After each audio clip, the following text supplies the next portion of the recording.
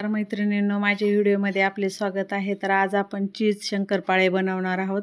त्याच्यासाठी मी असा मैदा घेतलेला आहे बघा, 4 वाट्या मैदा घेतलेला आहे आणि 1 वाटी जी आहे तर ते चीज घेतलेला आहे। चीज मी असं किसून घेतलेला आहे।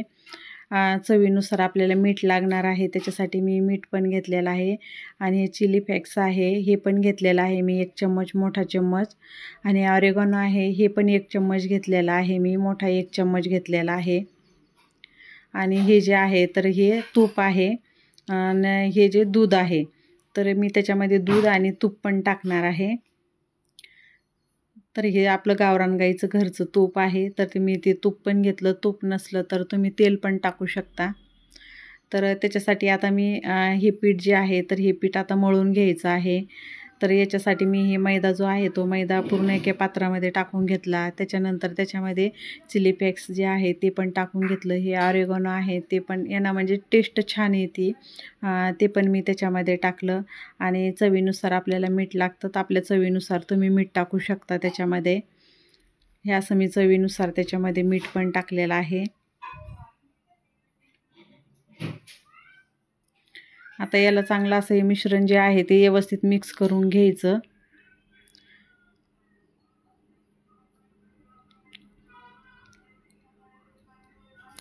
आता याच्यामध्ये मी तूप ॲड केलेलं आहे। तूप मी थोडंसं कोमट करून घेतलेलं आहे, कोमट तूप टाकलं आहे त्याच्यामध्ये आणि तूप टाकून पण सर्व असं एकदम व्यवस्थित मिक्स करून घ्यायचं। त्याच्यानंतर त्याच्यामध्येच लगेच आपण चीज पण ॲड करून घ्यायचं। चीज पण टाकून सगळ्या असं व्यवस्थित सगळ्या मैद्याला लागेल असं व्यवस्थित हे टाकायचं त्याच्यामध्ये चीज पण। आणि आता दूध पण मी कोमट केलेलं आहे, कोमट दुधामध्ये याला असं मळून घ्यायचं। पूर्ण पीठ असं कोमट दुधात मळून घ्यायचं। आता पीठ मळून झालेलं आहे आपलं। आता अर्धा तास मी आता असं झाकून ठेवलं, म्हणजे पीठ छान मुरलं गेलं। हे बघा एकदम व्यवस्थित असं मऊसूत झालेलं आहे। आता व्यवस्थित आपलं पीठ मळलं गेलेलं आहे, त्याच्यामुळे आता आपण याची काय अशी पोळी लाटून घ्यायची। आणि याची पोळी जेव्हा आपण लाटतो ना तर ही पोळी अशी पातळ लाटायची, जाड नाही लाटायची, अशी पातळ लाटून घ्यायची। कारण की मग पातळ लाटल्यामुळं काय होतं, जे शंकरपाळे ना ते कुसकुशीत होतात। आपल्याला असे कडकच पाहिजे असतात हे शंकरपाळे, त्याच्यामुळं मग कुसकुस होण्यासाठी असं पातळ लाटून घ्यायची। नंतर असं कटरना मी सगळ्या साईडचे अगोदर 4 कोपरे असे कट करून घेतले, कारण की आपले एकसारखे एका आकारामध्ये असे यावा म्हणून। नंतर असं कट करून घ्यायचं त्याला।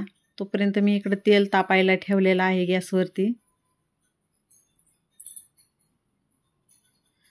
आणि आपण नेहमीचे शंकरपाळे जे कट करतो तर आपण बरोबर असे चौकोन करतो, तर हे चौकोन न करताना थोडे थोडे असे मोठे मोठे घ्यायचे। हे बघा असे मोठाले घ्यायचे, म्हणजे दिसायला पण छान आणि खायला पण आपल्याला छान लागतात। आता हे पूर्ण असे पोळपाटावरचे असे काढून घ्यायचं।